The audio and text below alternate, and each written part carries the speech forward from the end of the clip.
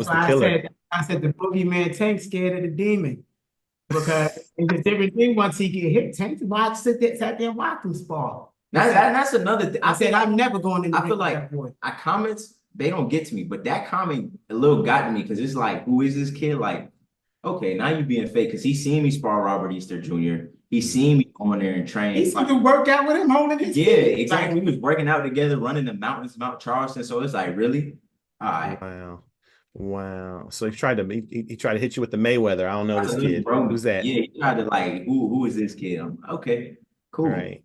Right. Yo, you said that I can't remember if it was you, kid, or if it was you, senior, but one of you guys mentioned something about you know, you're coming in the ring to fight, and some of these other guys are just coming in to box.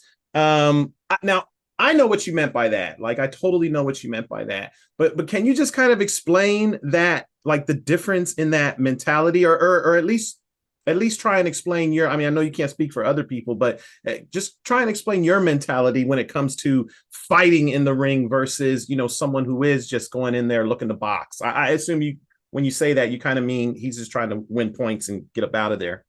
Now, if you look at the modern fighter, let's use Shakur, for example. Shakur was a great amateur. Amateur fighting is totally different from professional fighting. Sure. Amateur fighting, so to say, is boxing. That's why Shakur don't got a lot of power, but he'll outpoint you, he'll move, he'll do this and leave unscathed because that's boxing. He know the science of boxing, hit and not get hit, everything else like that. But then if you look at Henry Armstrong and Sugar Ray Robinson, they was in there, they was fighting almost every 2 weeks. So they was fighting. They was trying to knock the person out as fast as possible so they could have another fight in 2-3 weeks to bring in more money. So it was a difference. They was in there trying to break somebody's eye socket out, opposed to just outpoint them and run. So that's the difference. Most of these guys have good amateur backgrounds, and so they still in their love tapping. You look at their fights, their opponents don't even come out without a black eye. How is that really fighting? So that's just boxing. Fighting, if they come in with us, there's gonna be some blood. There's gonna be some lumps. People gonna have a rough night. And that's the difference. Is that a mentality difference though, or is that more of a style that you know what I'm saying? Like, obviously someone who's boxing off the back foot, they probably not gonna accumulate as much damage as someone who's coming forward.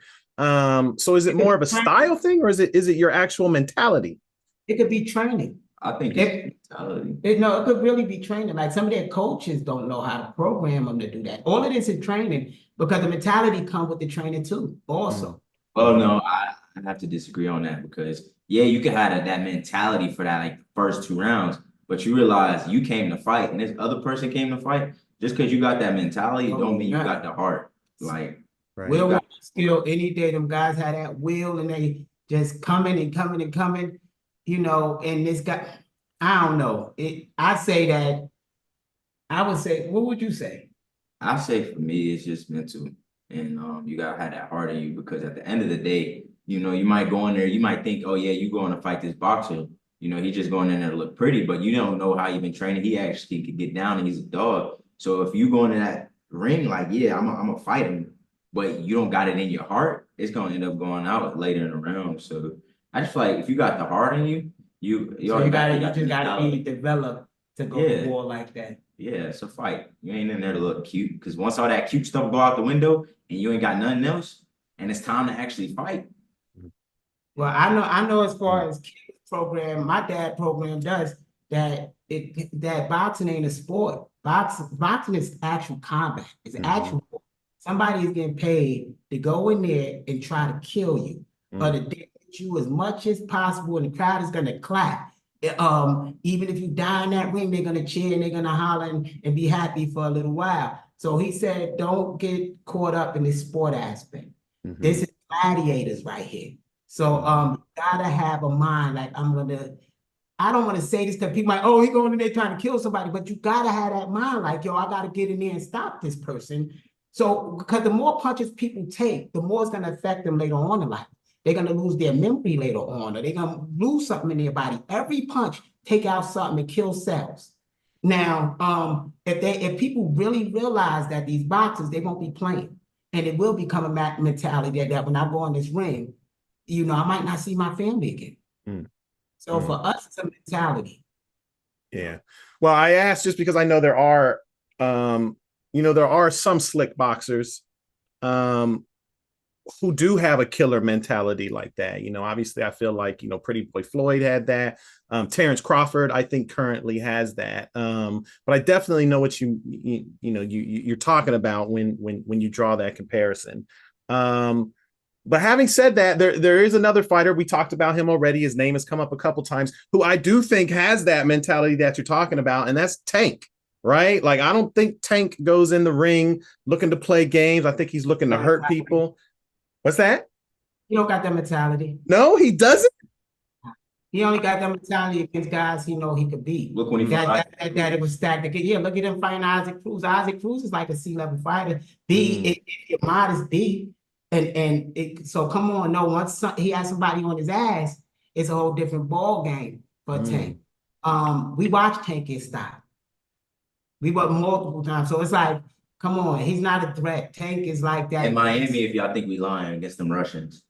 And Tank it only if you scared him. It was like Mike Tyson. Remember Mike Tyson? As long as everybody was scared him, Mike Tyson was knocking everybody out because mentally they already lost. But as soon as Buster Douglas got his ass in there and had to fight because his mama died, and everybody seen what happened to Tyson, then suddenly everybody started knocking Tyson out. They realized he's a man. He's not a threat. Now with Tank, everybody caught in this illusion of his power, a threat, but they never go to his body. They never check him in the chest with hard, straight rights and break him down. So it's like Tank haven't fought nobody yet, and we hope that he will fight. There's a lot of Tank meat fans out there.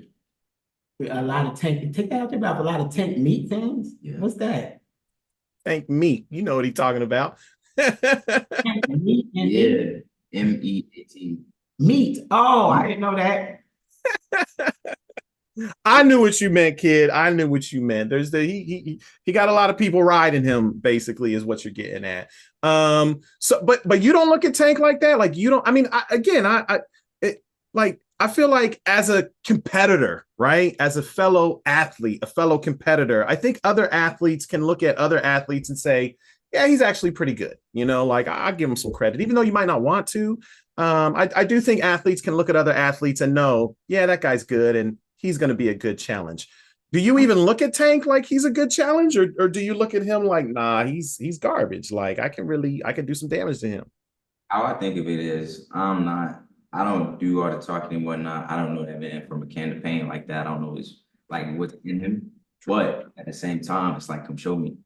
Like, come show me you got it in you. Then we can decide if you got it in you or not. Cause I know he don't got it in him. Me personally, because I like when Elijah Pierce fought him, and that thing that went viral, I was there.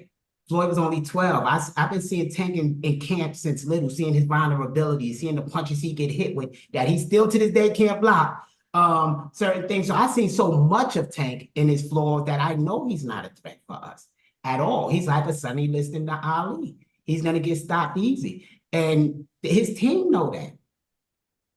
Tank is the kind of Tank used to be fat. Now, I'm not saying Tank don't got skill. Tank is the greatest fighter to me right now around this division. And our job, we saying we the greatest fighter of all time. We have to fight the best. Yeah, so don't get it. So don't get it messed up like I'm not saying Tank ain't a threat for everybody else. Right. Number one, we gotta mentally stay in the threat like Tank ain't doing nothing to us to manifest that. So there's no other way that I could be. So I don't want people to be too cocky, too this. You would be weird if you go in there, yeah, Tank's gonna knock me out, I'm just going there and get a check. Like, no, that's weirdo activity. We feel like we can beat him, you're supposed to feel that way. I mean, like Mayweather said, if you feel like you can't beat everyone in this room, you're in the wrong sport. That's right. True. That's very true. That's very true. I mean, I hear everything that you're saying. I agree with you, Senior. I have actually seen a few different sparring sessions with Tank, and at times he does look beatable in sparring. But when them lights, when them lights are on fight night, he performs well. And that's the only reason why I asked you that experience question earlier, the being patient and just getting ready for a fight like that. Like, do you kind of feel like that matters? I mean, we saw it in the Edgar Berlanga fight. I do think that happened. We saw it when Canelo fought Floyd. Once you get on that big stage, it's almost like it's a different level. Even though fighting's fighting, it's almost like it's a different level. So we've been on a big stage. This is his second main event on his own. True. We've been on the Ortiz, on the Ryan Garcia cards, co-main on these cards. So we've been on those big stages. It can't get no bigger than the stages we've been on. And I feel like that's just an excuse. We've been on Tank on a PBC card, and so we've been on all the stages that could be there. Yeah, that's an excuse. I know Tank can't beat him. Like, I don't know what else to say to people. I'm trying to give Tank a chance, because once he get his grown man strength, I feel bad for people in 2 years when his body get fully developed. So I'm giving Tank a chance. Tank know at 135 they can't beat us. He's too drained. Tank is naturally 180. So he's fighting. He's not 180 pounds. No. In Miami, we got on the scale. In Miami, they weigh us before sparring, and they weigh you the same day. Literally, step on the scale 176. I'm telling you, he walked around 180. So him fighting at 145, he's 40 pounds dehydrated. But everybody wants to aim for this big cranium that's built to take those punches. So come on, Tank. Y'all can't tell. Tank never had a six-pack in his life. You never see Tank weigh in with a six-pack. Like, let me tell you, you say the sparring matches usually is hard for him because they his size, his weight, people that got the abilities. The people he fight is strategically planned for him to fight them. Like the knockout he got against that guy with the uppercut, moved up, what, 1 or 2 weight classes to fight him? Yeah, Leo, yeah. The small fighter. Then they say, well, what about Barrios? I love Barrios. He's in the gym with us mostly every day, but Barrios not an A-level fighter. So it's like, and Barrios made the mistake. Barrios was weight drained. Yeah, they had a weight clause on Barrios. They had a weight clause on Ryan. So they didn't fight them fair and square neither. So it's like, come on, y'all putting him on his ability to do this. He didn't do it fair and square, man to man against these dudes. They step on the scale and they hydrate where they're going to hydrate and they fight. But that ain't the playing field taking them to do. They smart. Hey, but then you gotta, that's also the opponent's fault too, because y'all should be saying like, no. Hell no, I ain't taking no weight clause. But I don't even see how, like, me personally, like, if a man is like sending spies to somebody camp, wanting a weight clause, like, how can you respect that? Like, he's scared. Like, if I want to fight you, I want to fight you at your best. So when I beat you, like, I got 100% of you. I don't want you, to have an excuse. So I just feel like send spies to see what you're working on. That take the fun out of guessing the problem. That's the chess match of boxing. You guess the problem, they make adjustment, you make the adjustment. Sending somebody in the camp to, it's his rib hurt. That's corny. That's scary. People do that. Right. A confident person ain't sending no, they training their hardest and we going to fight. I don't care what you do in your camp.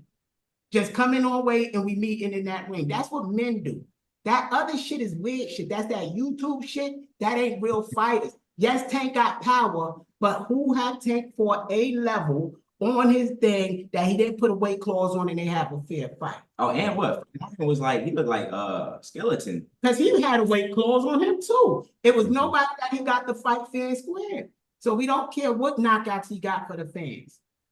Because we ain't taking the weight clause. Well, I was about to say, well, what if they do come? What if they did present a fight to you and said, okay, you wanted it, you got it, but we got this weight clause in there. We contractors, we work for ourselves. We 1099, so we the A side to us.